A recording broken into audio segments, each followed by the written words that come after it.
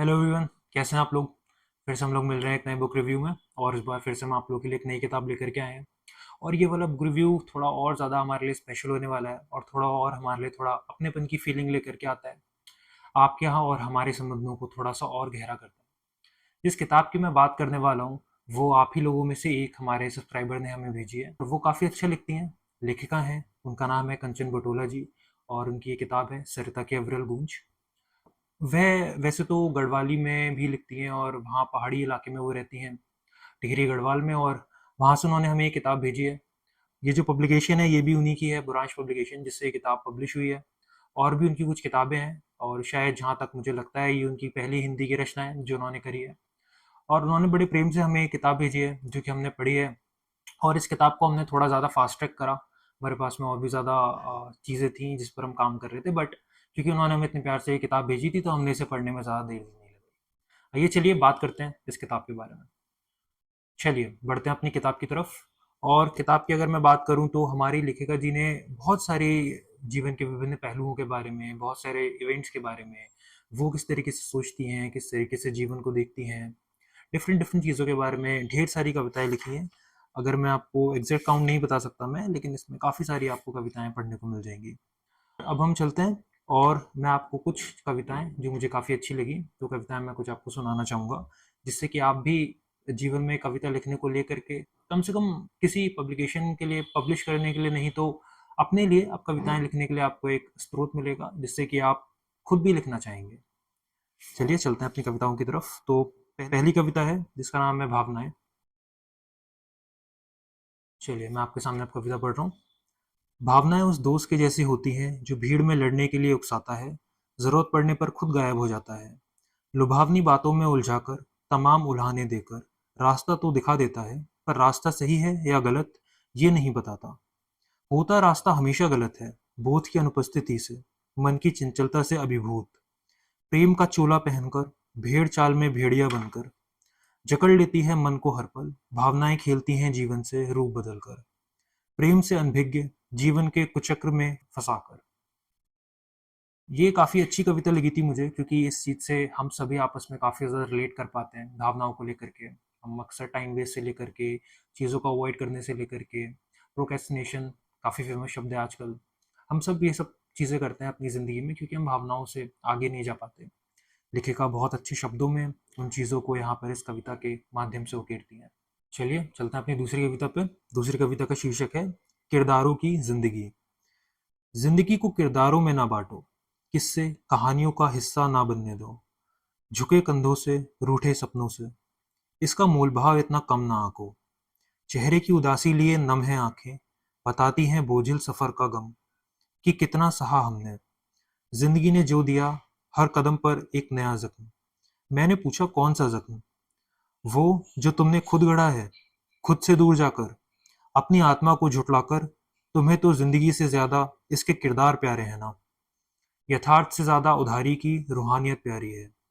तुम दुनिया की साजिशों में इतना उलझे कि उलझते चले गए, राहों में भटकते भटकते भूल भुलैया को ही अपनी हकीकत मान बैठे।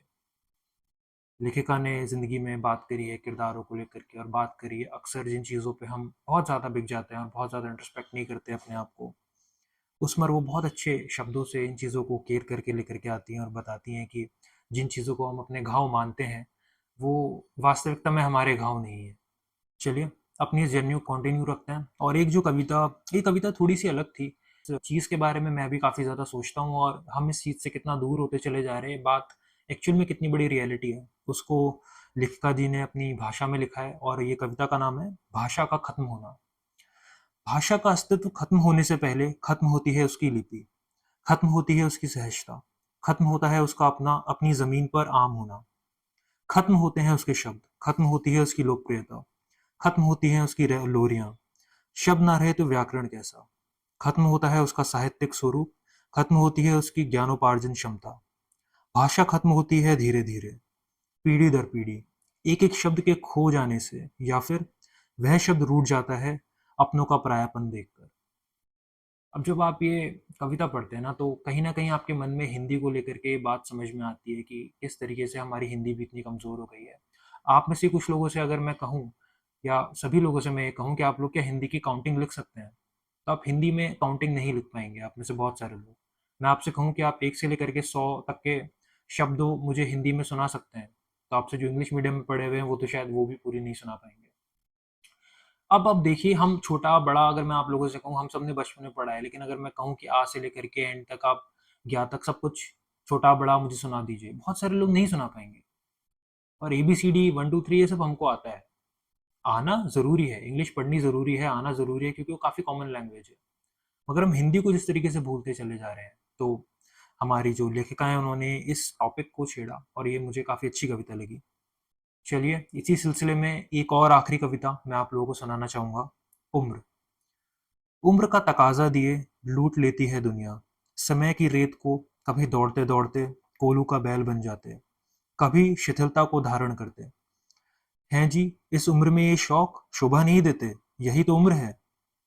बहानों की कतार में उम्र को सबसे पहले खड़ा कर, बोध की गहराई को अनदेखा कर, जवानी से बुढ़ापे तक का उल्टा सीधा क्रम चलता है, जिसे न जीवन की प्रगति न चेतना की ऊंचाई देखकर यही होता है, सब यही तो करते हैं। इस गणित को देखकर प्राथमिकता अबोध मार्ग को लकीर मानकर बेझिझक कदम बढ़ाते हैं। उम्र भीड़ में भेड़, भेड़ियों में भेड़िया बनकर रह जाती है। लेखिका ने इस कविता के माध्यम से उम्र के बारे में इतनी सुंदर बात कही है कि उम्र के बारे में हम लोग ऐसे ही होते हैं ना कि हम बहुत अर्ली ऑन अपनी लाइफ में अगर काफ़ी गहरा साहित्य भी पढ़ रहे होते हैं तो घर पे हमारे काफ़ी सारे लोग यही कहते हैं कि अरे तुम्हारी उम्र नहीं है अभी ये सब कुछ पढ़ने की, ये सब चीज़ें करने की, अभी तो तुम और उल्टे सीधे जो काम है उसके लिए हमें प्रोत्साहित किया जाता है और हमें बहुत अलग अलग चीज़ें सिखाई जाती हैं, या फिर कई लोग जिनकी उम्र ज़्यादा हो जाती है वो बहुत चीज़ें अपनी लाइफ में पहले नहीं कर पाते।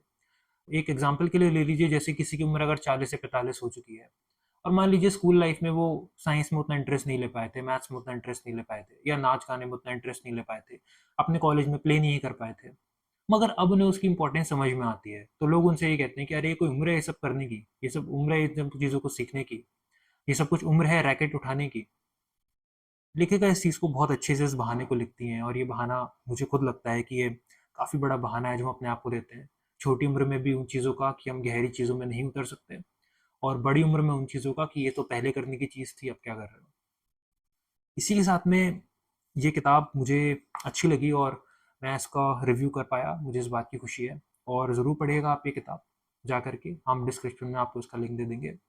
और मुझे बताइएगा कि कैसी लगी आपको ये सारी की सारी कविताएँ, और हमारी लेखिका को जाकर के आप उनका ईमेल भी हम यहाँ पे अटैच कर देंगे, आप जाकर के उनसे बात भी कर सकते हैं। और ज़रूर बढ़ाइए एक ऐसी लेखिका जी को आगे, जिन्होंने कि हमारे देश की भाषाओं को और विभिन्न पहलुओं को उठाने की हिम्मत रखी है और कोशिश करी है। इस बुक रिव्यू में हम इसको यहीं तक रखते हैं। मिलते हैं एक और नए बुक रिव्यू में, तब तक के लिए अपना ध्यान रखिएगा।